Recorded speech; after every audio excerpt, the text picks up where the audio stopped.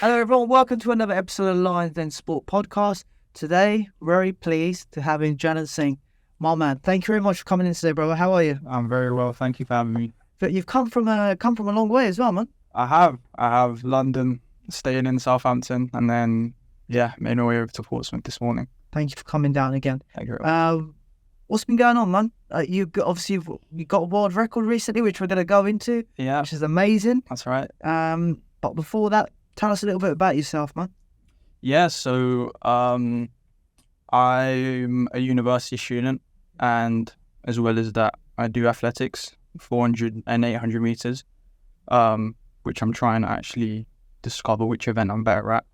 And yeah, I've been training for seriously probably a year and a half, just under 2 years. And I've done sport all my life.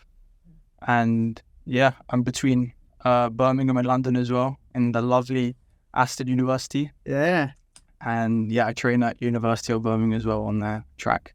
We're just saying this now. You're 20 years old. You're still a young boy. I know. You've got a world ahead of you. I know. So many things to look forward to. You're also a sports scholar Yeah, at that's Aston right. University, which is, a great accomplishment there. Is it in 400 meters or 800 meters? So that's just generally in athletics. So the sports scholarship was for athletics. Got you. So there's other students, one's for taekwondo, table tennis. There's another person actually who's for athletics, who's a 100-meter runner. And so it's as a sport as a whole, not the discipline. Got you. So you got 400 meters, 800. When you say you're in between two of the sports, between 400 and 800, Yeah. why is it that you're in between them? Yeah, so in athletics, a lot of athletes perform more than one sport, more than one discipline. Some people focus on two. So the most famous is Usain Bolt. He did 100 meters and 200 meters, which is a very similar discipline. They're both sprints, but 200 requires more speed endurance. And there's some 200 and 400 athletes as well. And then 400 and 800 is where it goes from a sprint. So 400 is the longest sprint discipline. And then 800, that's where it starts to get more endurance based. I wouldn't say it's more of a middle distance, middle distance discipline. And for me, there are a lot of 400 and 800 athletes, but the training focus, if that were to be for one discipline, I think you can get more potential out of it if you were to focus it on one as opposed to focusing on two. Because there's some 800-meter runners that may run 50 miles a week because they do it based on mileage. So maybe 50 up to 80 miles a week, but a 400-meter athlete would never do that. And then on the other hand, an 800-meter athlete would never do the speed work or the types of strength and conditioning work in the gym that a 400-meter athlete would do.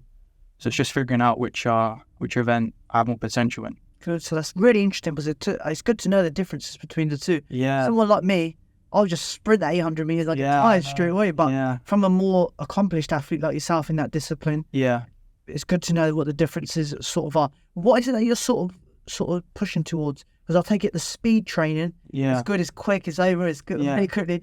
800 meters requires a lot more mental discipline, right? Yeah. And a lot more focus pushing on that little bit further. Yeah. So the main thing which I've been advised from coaches is it's what you want to do and what you want to enjoy. But for me, it's not really that. It's what I'll be better in because I want to maximize my potential in one discipline as opposed to, for me, it doesn't matter if I enjoy it. It's if I can be better at it.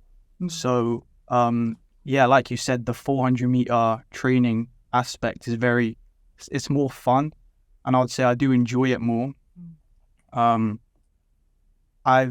would say most people are more injury prone to the more explosive, powerful forms of training. And 800 meter training is very grueling. There's the hardest workouts and training sessions I've ever done have been 800 meter sessions. And the 400 training, like I said, it's fun and it's shorter recoveries it's longer recoveries as well. So there's some, for example, one workout I may do before a race day, maybe a few weeks before, is maybe 350 meters or 450 meters at full pelt. So if you think about an athletics track, 400 meters, one lap is 400 meters, so 150 meters is just one straight and a little bit of the bend. And that full pelt, you're doing 4 of them maybe, and you want to feel fully recovered after, so you may have 20 minutes rest. For 800 meters, some of them you may literally only have 30-second rest, a minute rest, so the workout finishes very quick. You will probably finish the workout in the time that it takes a sprinter to finish their rest period.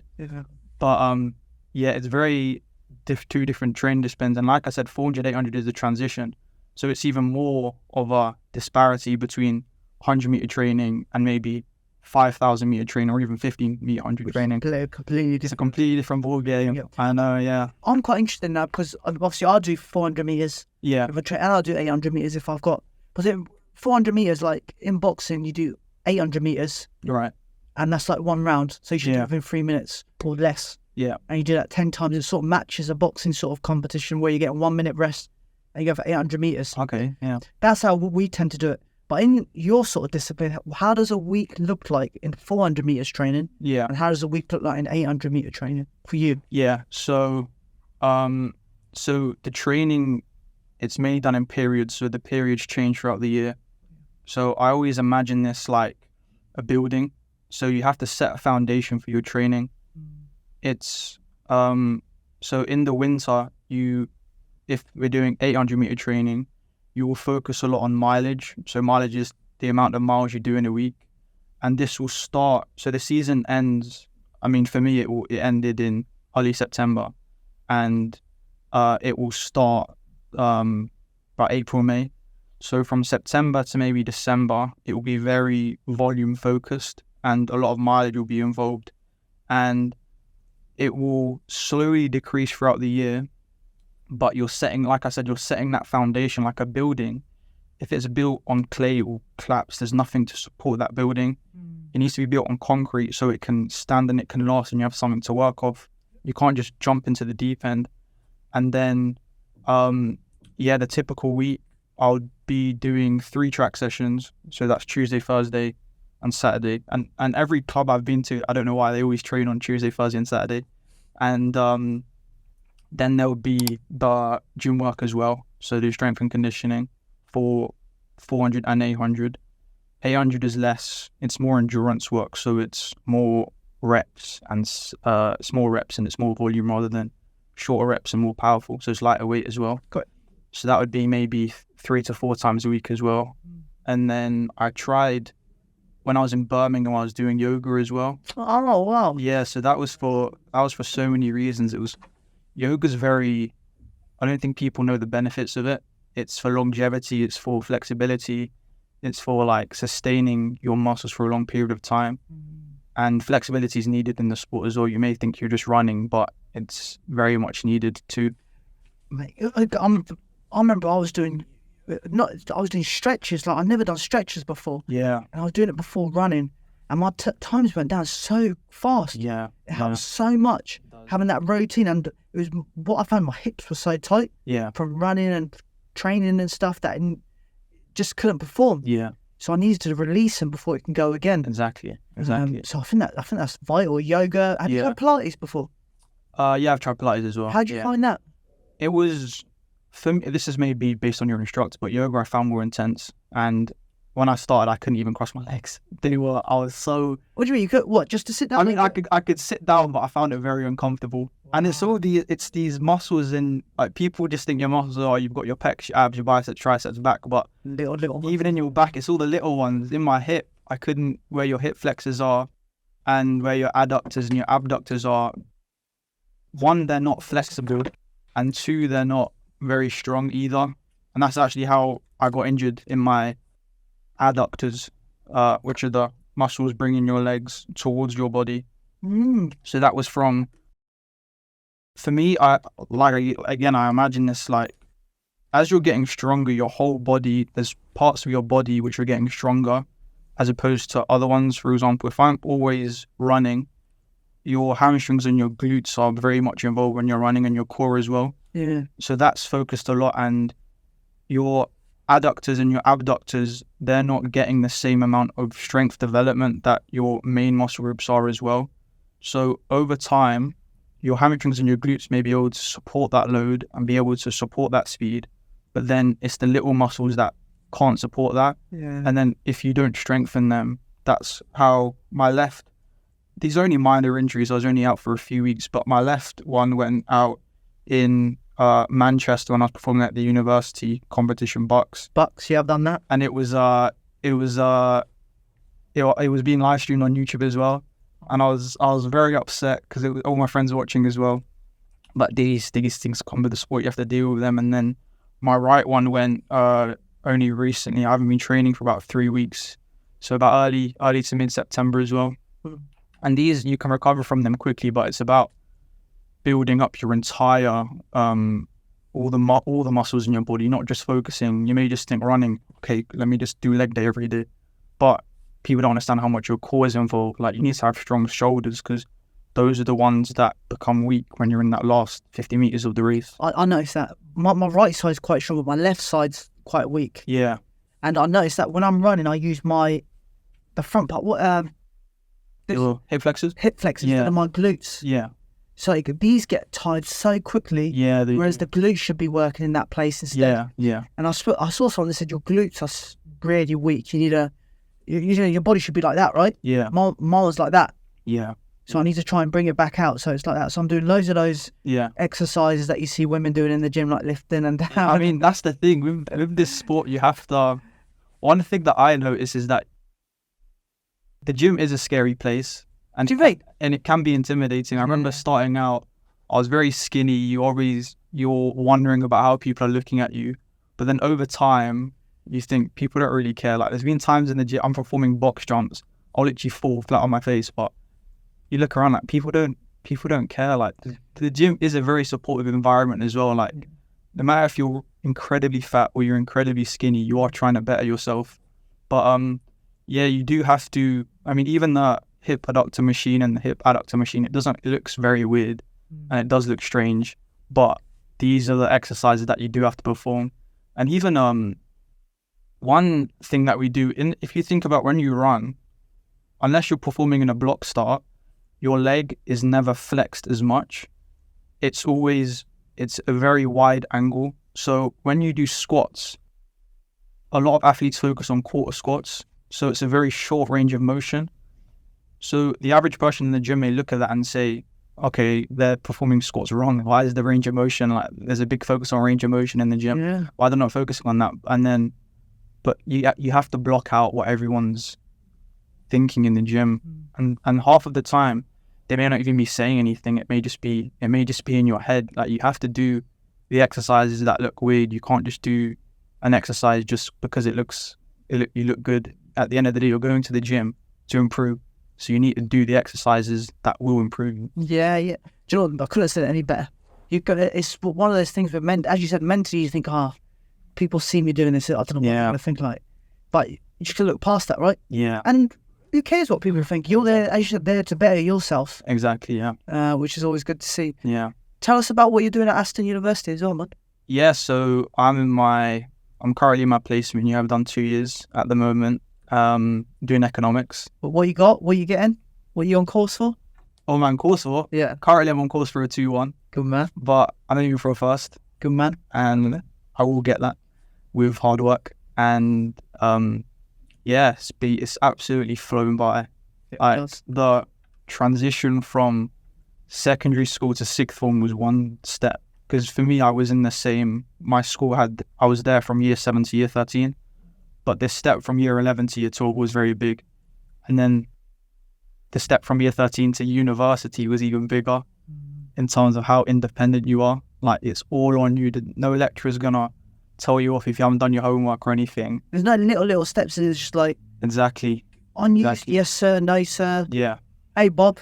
Exactly. Hey John. I know. Yeah. And then university is like... I know. Do what you want, mate. Exactly. You know what I mean? It's all on you. Exactly. There should be more of a gradual step, I think, that we just learning on. Good, but at the end of the day, that's the reality. It's difficult because remember, you're going from one institution to another. You're going from, like I said, even within the same school, it was a big step. But that's the reality. And even from primary school to secondary school was a big step as well. It was a long time ago. Do you remember?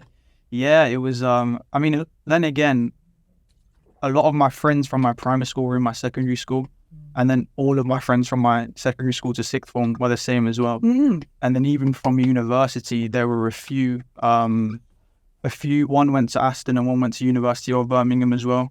So I've never had the need to make new friends as much. I've had those same people. Yeah. What made you choose Aston from any other? You're from London. Yeah. Great universities in London. Yeah. What made you choose to go up to Birmingham? So, in the most blatant way, I wanted to go University of Birmingham, and then my maths A-level caused me to go into Aston for clearing. But I did want to go to Birmingham. I've got some family there, and another aspect was the different living away from home as well was something important.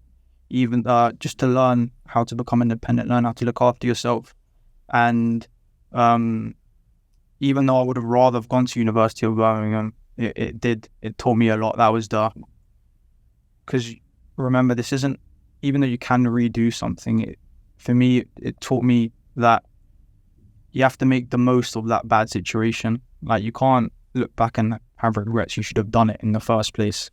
And then, Aston, so University of Birmingham was my first choice, Aston was my second choice. So it was Birmingham focused, and I knew it was there was a big Sikh community there as well, which I wanted to be a part of, which wasn't as prevalent from Harrow at home. And so it was many factors. It is a nice city as well. As Birmingham, is it? I think it is. Yeah. I think it is. It has a reputation. Yeah. Safety aspect, probably not so much, but it's the second largest city. It is very big. London is absolutely massive as well, but a lot of people within the city know each other as well as areas as well. But I found it fine. It's been really good so far, actually. Yeah. You mentioned the Sikh community there. Yeah. Obviously, you're from an area, Harrow, that does have a big Sikh community, which we'll go on to later on. But you're now in an area that's got the Sikh community there. Yeah. Why was that important to you to go into that sort of environment? Or that sort of culture? Yeah, so for me, I started getting involved into training seriously probably like 2021 summer. That was my first competitive season. So the first season where I was competing for my club in competitions. And you notice from the sacrifice you make from training, it does get very lonely. And then going into university, you think there is the average lifestyle and expected lifestyle that they have in university, which I didn't really feel a part of. I didn't really enjoy. I don't drink. I don't enjoy clubbing. I don't enjoy late nights. I just enjoyed like working in my sport and my craft. And I knew it was going to be quite lonely. So I sort of preempted. I think being part of a community, which I think is a beautiful community, they're supportive. And some of the people I've met at Aston, part of the Sikh community, are some of the nicest people I've ever met. And with your faith as well, having faith in something and being close to God was something important for me as well, because I think whenever you're lonely, having that medium of God to feel like there's something like in your life as well, it doesn't distract you from the loneliness, but it sort of fills that void. And previously I wasn't as close to God. It was more of a sense I went to the Gurdwara, but I didn't know why I was going, and I didn't know the reasons why people do this, the reason why people do that. And I was literally treating it like a genie. I would only go if I ever needed something. I would only go if I ever wanted something. And then transitioning into uni, that I didn't like that approach of treating it like a genie, only going when I need or want something. It was more focusing on just getting a closer connection to God, going more regularly, going every Sunday, instead of going once every few months when it's convenient for me. And then that has, for me, there's been so much benefit for that, just having that connection with God and having that faith, which is so important to me. And from now onwards, it's just trying to strengthen that over time. That's as you said, you're in an environment now, yeah, where you can express who you are Exactly, yeah. And learn about your faith and do, do the things that people really do. Yeah. And it's refreshing to hear, man. Well, what do you reckon everything that's going on in India, Canada at the moment? Bit of politics in there, what do you reckon of? Yeah, there is. For me, it's sad to hear, but you have to understand both viewpoints as well. You have to be open to understanding both viewpoints. But for me, it's sad. The main thing is that looking from an outside perspective where we have everything we want, we live in a democracy where we have rights, we can speak up for ourselves without any repercussions. You just want everyone to live in unity. You don't want people to suffer. You want all the communities to get along with each other. Yeah.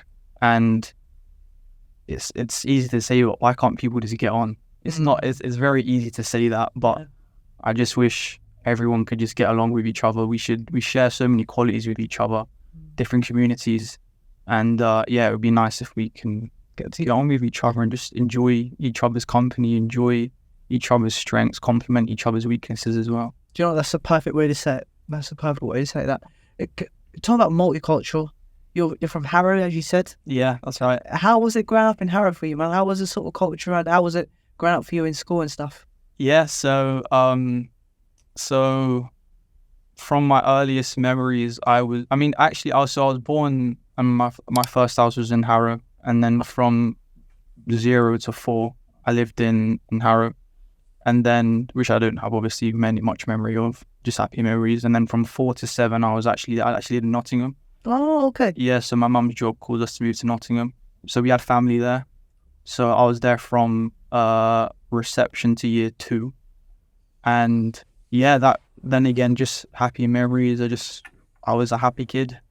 And then happy-go-lucky kid. Yeah, very lucky, very blessed. And from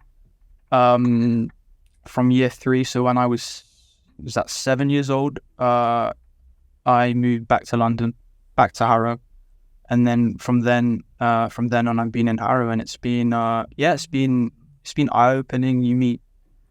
It's not I won't say it's dominated by one community. It's a mix of loads of different communities as well. What community is it dominated by? No, I wouldn't say it's dominated by community. Yeah, no, I'd say it's I would say it's very multicultural, very diverse. But yeah, there's different a lot of people, they have this whenever I tell people from university I'm from Harrow, they say, oh yeah, it's really posh because of Harrow School, the private boarding school for boys, because lots of prime ministers have been there. Did you go there? I didn't go there. So you got a future prime minister?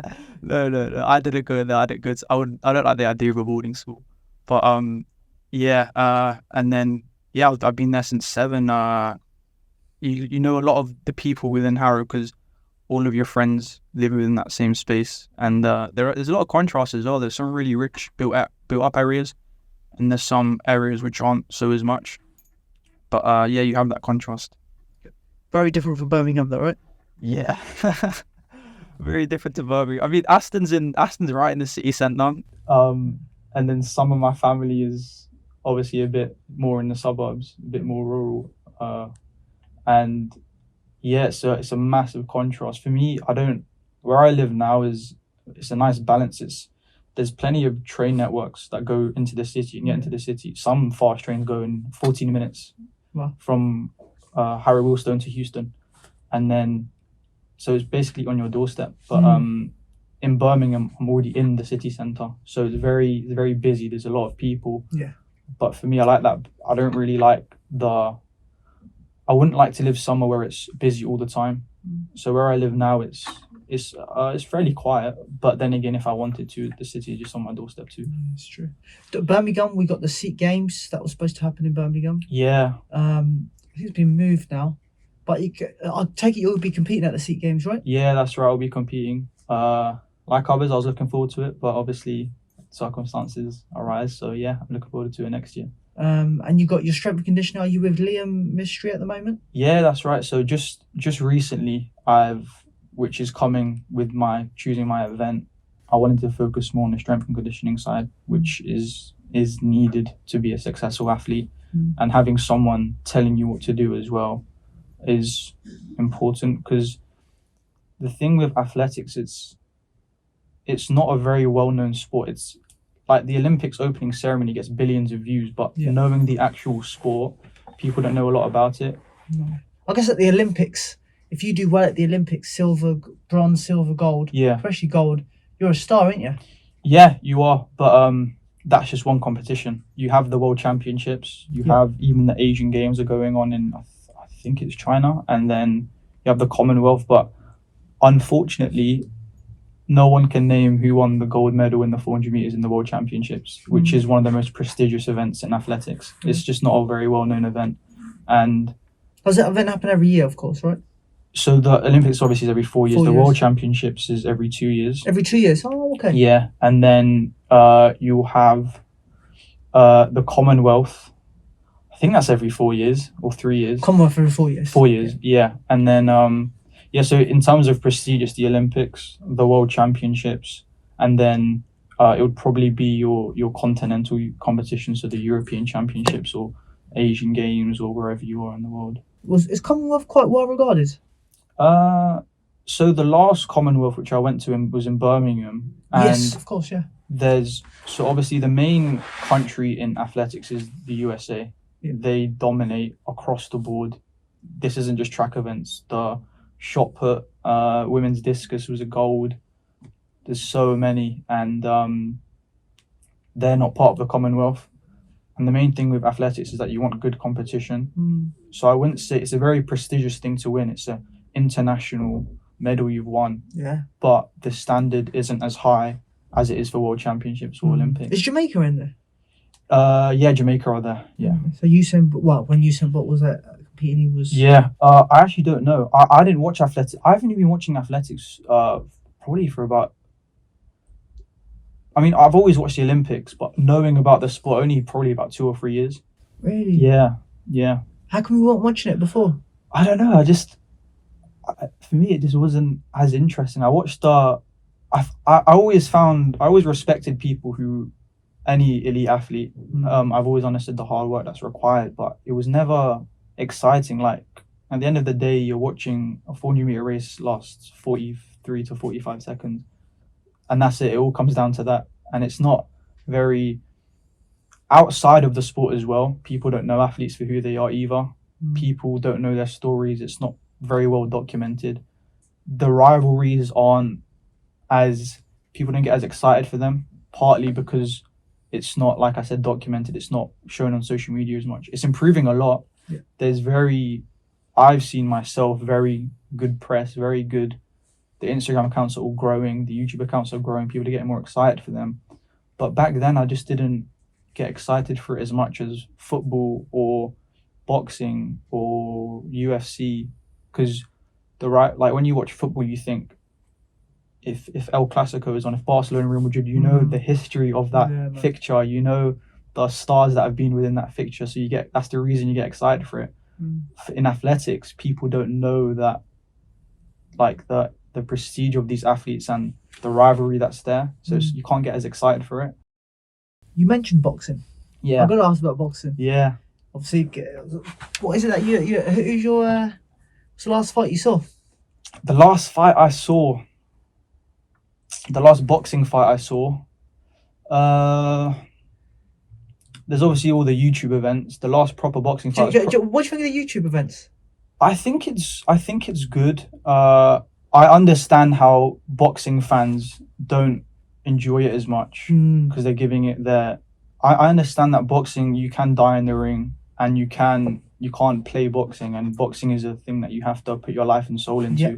So when people are getting opportunities to perform in front of a sold out crowd without necessarily years of building it up, it's not as. I understand how other people can't respect it, but then on the other hand, I understand how much attention it's brought to boxing as a whole. Yeah. Because I think UFC was also going back. It was Ryan Garcia and Gervonta Davis. Did you see that fight? Yeah, I saw that fight. Man. We'll get onto that later. That was an interesting fight, but it has brought attention to the sport as a whole. Yeah. And I think the way UFC is coming up, and I do think it's overtaking boxing. Boxing doesn't have the momentum quite that UFC has. Whereas I'd say in the 90s, boxing had so much momentum, and the stars that were there in the 90s, and the division isn't as popular, isn't as competitive. isn't as high of a standard as it was before. Interesting. Your opinion on that? What do you think? But in terms of boxing, high as a standard, I think it's the standard of it's become more of a business now, right? Yeah, as like anything most boxing. sports. But yeah, boxing is how can you get the maximum money out of this person? Like Floyd Mayweather changed the game, right? 100%. Yeah. He was like, how can I make the maximum money out of each fight? He fought Pacquiao at the most extreme time. He got like 200 million. I want to say 200 million against Pacquiao, whatever. Then he faced Conor McGregor after that. That was 200. You know, it's picking the fights that gets him the most. Yeah. Reach at the same time. We see Tyson Fury doing that at the moment, right? Yeah, with Ngannou. So it's all a business, man. It's just do I think fighters in anything? It's like athletics. Yeah. People get faster, right? Yeah. If you imagine what other sports people, cricket. Yeah. People are hitting more boundaries and more sixes and stuff. Yeah. The sport evolves over each time. Yeah. And I think the boxers are getting a little better, obviously, with science, with nutrition and all this sort of stuff. Yeah. Like, one thing I've noticed, I used to box at 60 kilos, 9.5 stone. Okay. Now I'm seeing people that are like 6 foot. I'm like 5'8". I'm like, damn, how do these people make the weight? Yeah. Because of nutrition, because of science and all this sort of stuff now. So, yeah, I think sport's evolving all the time. I think it's getting better all the time. UFC is a credible rival to it, though. Yeah. UFC, they're putting on great fights each and time. And I was a guy, UFC's crap. I don't watch UFC. But then I saw Conor McGregor with Khabib. Yeah. Then I saw Israel fighting someone. I was like, Yeah. Then I saw Masvidal. Yeah, I saw Masvidal. I was like, okay, they got some real good characters coming through. Yeah. Do you know what I mean? So that got me a little bit interested in it. Yeah. So I can see UFC easily why it's appealing and why it's popular, but I think boxing will always be what it is. Yeah, no, it's very historical as well. They've got that to their name as well. But in UFC, it's only been around 20 years, right? Exactly. We have to see in the next 20, 30, 40 years how people are cutting 20, 30, 40 pounds before a fight. How that's going to affect someone's brain and body and stuff. Yeah. So it's all interesting. It's not really, it's all interesting. No, it's very, I mean, boxing for me, I take the interest to that. I think it's a very, very similar sport to athletics in terms of the mindset and the discipline it takes. So boxing is known as a very lonely sport, and that's for athletics as well.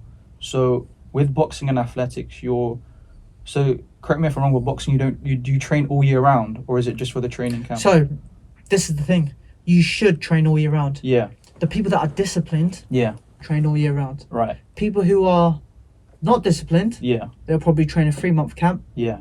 Fight, take 6 months off, 3-month camp. But the ones who are proper athletes, they'll train all year round. So they'll stay. It's like, I take it, it's in athletics. You'll stay active. Yeah. And then when you know you've got a competition coming up 3 months before. Yeah. You'll know that I'm in full training mode. Yeah. And then you do that for 3 months, and then after you fight, have a couple of weeks off, then straight back to it again. Yeah, so that's the main similarity between them. You're working through months upon training to that one day, that one boxing fight, that one athletics competition. And you've got different aspects. With boxing, you have the cardio you need to focus on, you've got the strength to focus on. There's so many components to boxing. People think running is just running in a straight line, but you need flexibility, you need strength in so many different parts of your body. You need to be able to perform in front of a crowd. They're both individual sports, but tennis is more of a marathon. There's so many different rounds that you have to go through, and then it all comes up to that grand final as well. Tennis is a fascinating sport. It is very... that's something I've always watched as well. Yeah.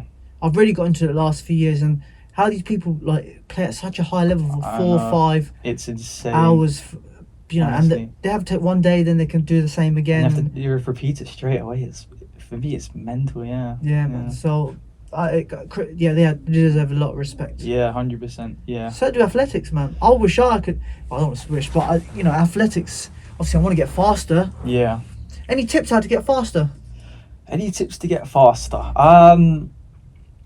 For me, the way I try to give advice, it's very hard for me to give advice to someone like yourself who's just trying to get faster, because for me it's throwing everything at it, if you know what I mean. Like, if I were to, for me, from an outside point of view, looking at my own body, it's like you sacrifice everything, you take away everything and put everything into getting faster. So to tell someone who's just entered the sport, I've never done that. For me, it wasn't a gradual switch. It was very sudden. It was like I want to not, I'm like, a year before my competitive season, I wasn't as strict or getting faster, and instantly within a few months, I was like, I just want to throw everything at this. Yeah. But obviously, there is general advice. I would say you have to be. There's top speed and there's being explosive as well. So obviously, with explosiveness, you have to lift heavy weights in the gym, and then with top speed, you do have to have cardio for that as well to sustain speed. Yeah. So you do have to have that foundation of fitness as well. And then there's so many different parts. So there's cadence, which is the amount of time your legs are literally cycling over. So hurdlers, they have a certain amount of steps between hurdles. Usain Bolt was known for his long strides, so he took less steps than other athletes as well. And then your core is very much engaged. Your core is it's like the central part of your body. Everything goes through your core as well. And then the main thing I think is staying relaxed. Like, people think that's counterintuitive, but when you run, don't think about chasing the finish line. Think about gliding through the finish line. And if you watch them in slow motion, their face is moving around everywhere because their face is so relaxed. You don't want to be tensed up. And you need that mental capacity to be able to finish as well if you want to be fast, and you need to be able to react as well. Do you know, I was going to say the mental side of things. Yeah. In running. Yeah. When I know ahead of myself, I've got a hard run today. Yeah. It's just like, oh man. Yeah. And how much, and when you're running, you're really tired, aren't you? You're like on that last lap, you're knackered. Yeah. But somehow you just switch your mind off and you just push through it. Yeah. How do you get through those tough times? Yeah, good question. So there's different aspects of it. So the general thing is you're doing something that your body doesn't want to do, and you have to push through that. So I do a lot of my runs on a treadmill, which I like because on the interface you can see the time you've done, and I've done 3.5 kilometers out of 5, so I can see I've got 1.5 kilometers left, which is just less than a mile. Yeah. And in my mind, I'm tired by 2 kilometers. So if I'm doing a 5 kilometer, the speed may go up to about 17, which is 17 kilometers an hour. And if you do that and speed up towards the end, it will be around 16 minutes. It will be sub 16 to 17 minutes. What's your 5K record? So on a treadmill, it's 16 minutes 50. And on the street? On the street, I haven't done a 5K on the street for a long time. Yeah. Oh. I haven't. Oh, I mean, I have. I've done it. The first 5K I ever did, I think I got about 24 minutes, and then this is in lockdown, and then that got all the way down to about 20 minutes, and then and then I got sub 20, which is I remember celebrating that. But yeah, and then for the track sessions, you have to think. So whenever you're in that state where your heart is pounding at almost 200 beats per minute, you're on the floor gasping for air, you're sweating so much you can't even feel. Like, lactic acid is a product of sprinting. It's one of the byproducts of anaerobic respiration. So it's a defense mechanism. It stops your body from literally ripping apart, which is technically good for you, but it's very painful as well, and it slows you down. And you have to think, the main thing is that you have an aim in your life, that you want to achieve a certain stature, you want to achieve a certain status in your sport, and I can't let anything stop me for that. I have to give everything. Like, I have to train until I'm collapsing on the floor, and that's an indication that I've worked hard. And there's times where I started in the sport where I wasn't as serious, where I can look back and I say I was quitting, I was giving up too easily, because your mind will always give up before your body, and people aren't aware of how capable they are. Like, genuinely, if I was running on the track and I feel tired and I do another 5 reps, in those 5 reps I'm very tired, and literally let's say a dog was chasing me, obviously I'm gonna keep running. So you have to think, what is the maximum that you can really push?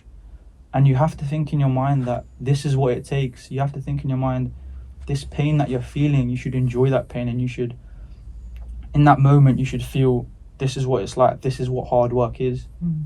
And it may sound crazy, but like, I enjoy that pain. I enjoy feeling tired and in agony, because I know that's what's making me a better athlete, and that's what's making me stronger. Have you heard of someone called David Goggins? I know he does. Yeah, definitely. Have you read his book? I've read his book. Mate, his book's amazing. I've watched Can't all Hurt of his. Me. Yeah, Can't Hurt Me. I've watched all of his podcasts. Yeah. He's absolutely amazing, but he does obviously completely different, but it's very similar. Yeah. That sort of mentality is like when you're at that breaking point. Yeah. You're like only at 40%. Yeah. Of all your capability, you've got an extra 60% that you can push through it. Yeah. And it's building callus in your mind. Exactly. Keep going at the well. Keep going. Keep going. Keep pushing. Yeah. And what that shows me is discipline and consistency. I'm big on discipline and consistency. Yeah. Equals success. 100%. And I think that comes down to anything. Like there was a friend of mine, who started running with me in lockdown. Yeah. And he was doing 32 minutes 5k. Okay. Ready and fit. Yeah. You know, but he was skinny, but he was unfit skinny. Yeah. And now, every day, consistency. He went from 6k, 10ks, he's doing 20ks. Yeah. Now he hit under 20 minutes his 5k the other day. Brilliant, yeah. He got 19:10 or something like that. Really? I was like, wow. See, look where he's come from, yeah. I just think that he always says to me, Terry, discipline, consistency. 100%. And I think if you want to do anything, that's what I try to implement in my day now. Yeah. Don't worry about the short. What I've been always guilty of, short-term pleasures. Like, let me lie in bed for an extra. I've got training tomorrow. It's so easy to fall into that. Like, everyone, it is so cozy to be in your bed in the morning. Yeah. And I always say it's easy to train when you've had enough sleep and it's warm outside and all your friends are coming with you and you feel good. But it's the days where it's raining outside and it's freezing cold and you don't want to go and there's snow, it's like I said, it's raining, it's freezing, and you can't even feel your hands. Those are the days where a lot of people give up. And if you continue to train on that day, then you've got one up on all your competitors. And this is something, like I said, with athletes, we don't know much about them. There's not many Netflix documentaries about them. There's one on Bolt, but there's not many on. He was one of a kind. He was the most. It's a coincidence how the most successful athlete and the most successful printer happened to be the most charismatic as well, because charisma takes you. It's not always the most well-known athletes who are the best. And for me, because athletes there's not so much information I can get. Most of my inspirations are boxers, bodybuilders, Tom Platz, Arnold, even Kobe Bryant as well, Conor McGregor, because the way they articulate themselves, I find that relatable. Whereas other athletes, people in athletics, 400-meter runners, they don't have that same audience, they don't have that same base to speak to people, they don't have that platform. So, and there's similarities as well. Like I said, with boxing and bodybuilding, you're training until you physically can't train no more. You're training until failure. Yeah. You're training until you're collapsing on the floor. And for me, that motivates me so much, because like I said, I reason with them and they're going through the same thing, because sport as a whole, I see it as is very universal. You can take things from so many different sports. And if I take things from Conor McGregor, and if I take things from Kobe Bryant, if I take things from Tom Platz, and Mike Tyson's one as well, and he's a very interesting inspiration as well, because he had Customato as well. Yeah, there's one. And I think the things that Customato taught him as well is, have you heard of the hypnosis that he took Mike Tyson through as well? Yeah. So that is, for me, that's just demonstrating how malleable your brain is. Another thing with the brain is that people aren't aware of their own capabilities too. I think you can teach yourself anything. For me, I think there's no limit to what I can do. You a big fan of that manifestation and? Yeah. So have you tried any of that? Yeah. So there's speaking something into existence, and there's acting it into existence as well. So you can. For me, it's having that vision. So for me, there's a certain place where there's something that I want to achieve. It's not a medal. It's just achieving my main.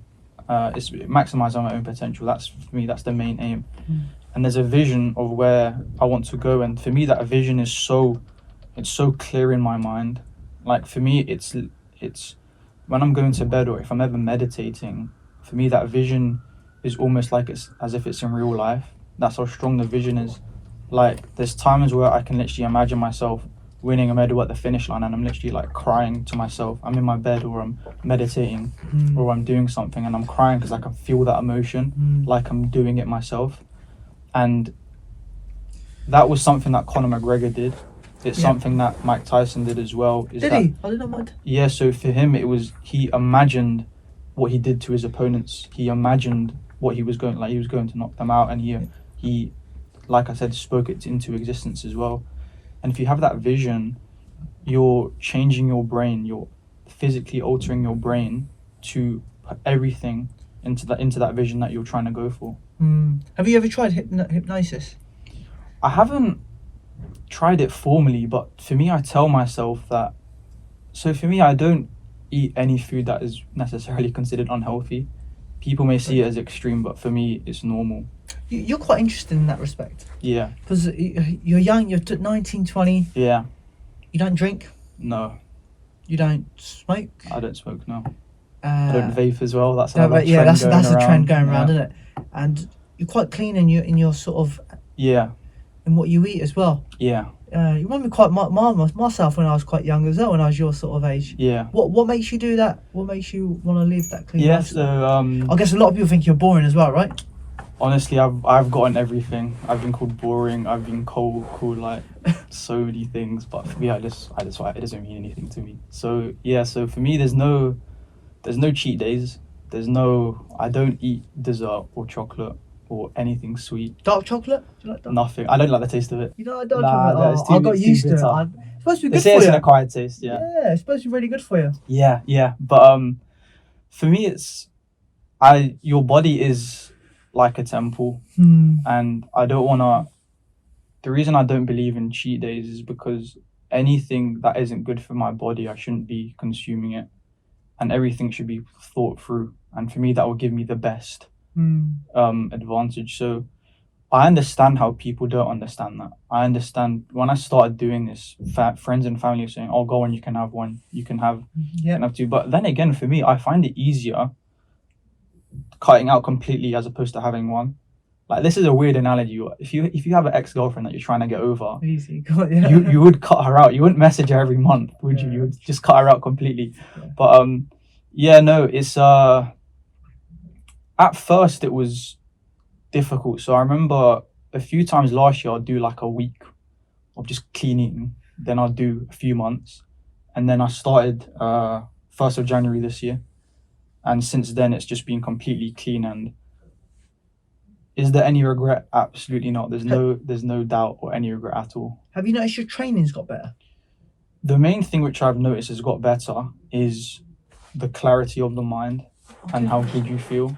Like everything and every feeling that I wanted to feel before, I would wake up and I would feel tired. I wanted to feel focused. I used to procrastinate, and I used to it's just not feeling good. It's hard to measure, but that feel good feeling, it can't be quantified. It's just something that's inside of you.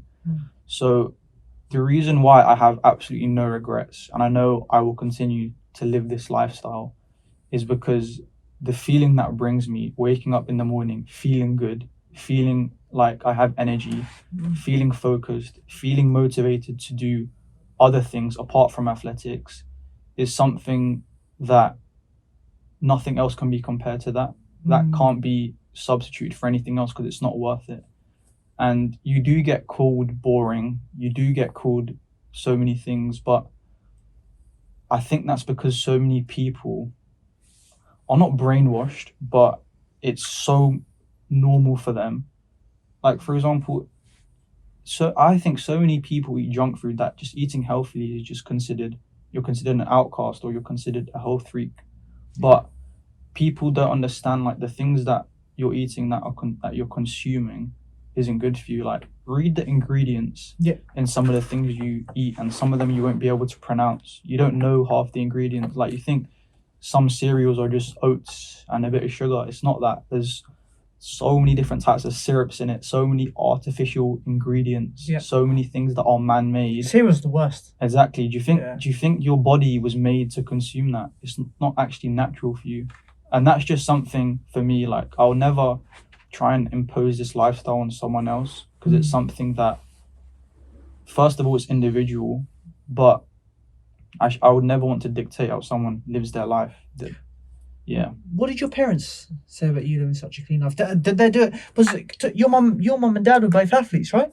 Yeah, so my dad did running, cricket, football. My mum did netball, Wow. sprinting. Yeah, they were both very active as children. So, And what did they think of your choices of yeah, going the extreme of not yeah, doing... so first of all, my mum's cooking is the best cooking in the Oh world. yeah, Like, we all say that, don't we? I love it so much. Everything she makes is just 10 out of 10. So yeah, at first she wasn't she didn't understand it as much, but over time, when she sees the benefits to me and when I explain it, she supported it, which is completely understandable. Like, I'm 20 now. If you told a 15-year-old me to live the lifestyle that I live now, I would look at you like some crazy person, because it wouldn't have made sense to me back then. It's like, I never really got involved in alcohol, so that doesn't really apply to me. I never really enjoyed it anyway, but I had a big sweet tooth when I was growing up. I was never fat, I was skinny because I was very active, but I used to eat so much chocolate. Wow. Ben & Jerry's ice cream used to go down in one.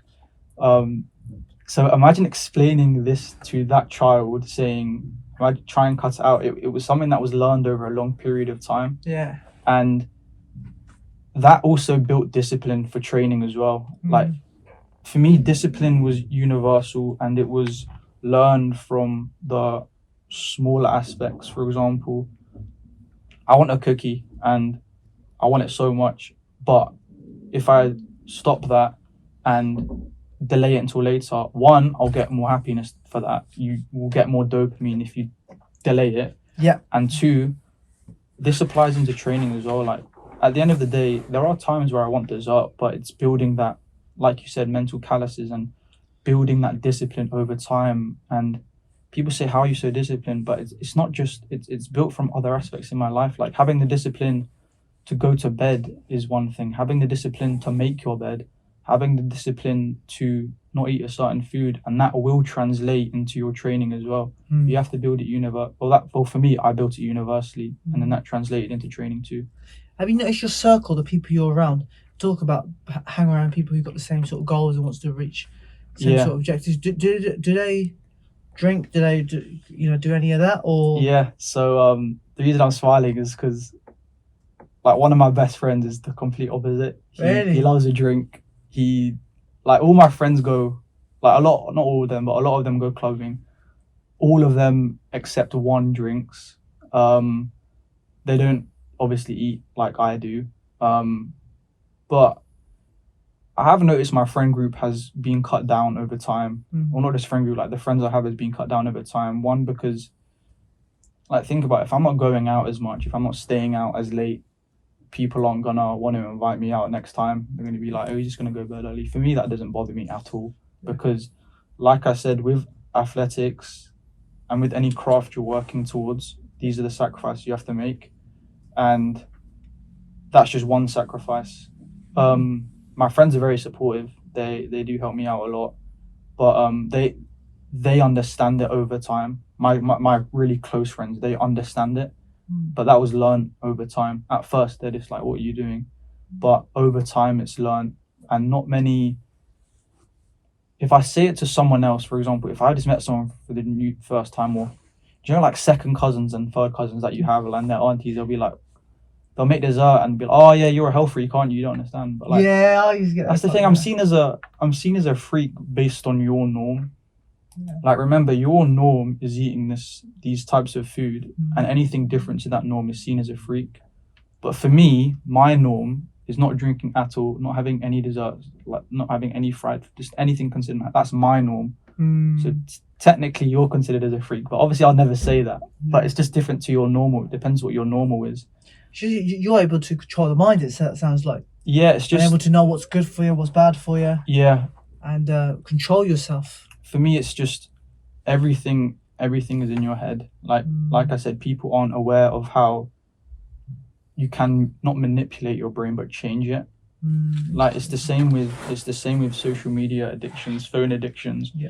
It comes from the same place. Like, a phone and scrolling through TikTok and Instagram, which I'm still sort of guilty of, which I've improved so much from before, is it's like a slot machine. So you scroll through TikTok 5 times and you see a funny video, you like it, you scroll again for another 5 times and maybe 6 times because you don't like those videos. You keep scrolling, and then another nice video comes along, so you like that as well.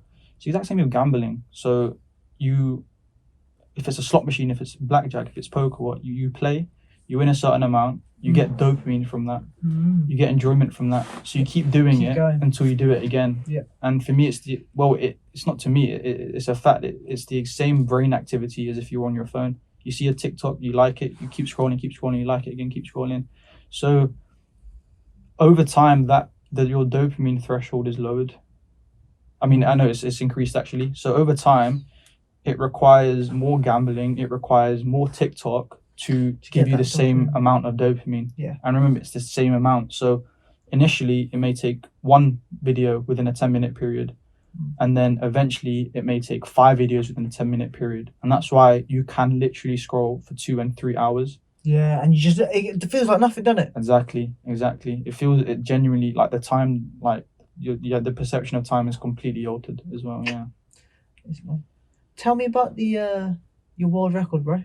Yeah. So this is what I'm fascinated to hear about, man. This is really interesting. I'm gonna try and beat it myself. Yeah, no, go for it. It'll be good. So so I've always actually been interested in the Guinness World Record books. I've been collecting them. Like I think 2011 was my first book. Really? So wow. I was only 8.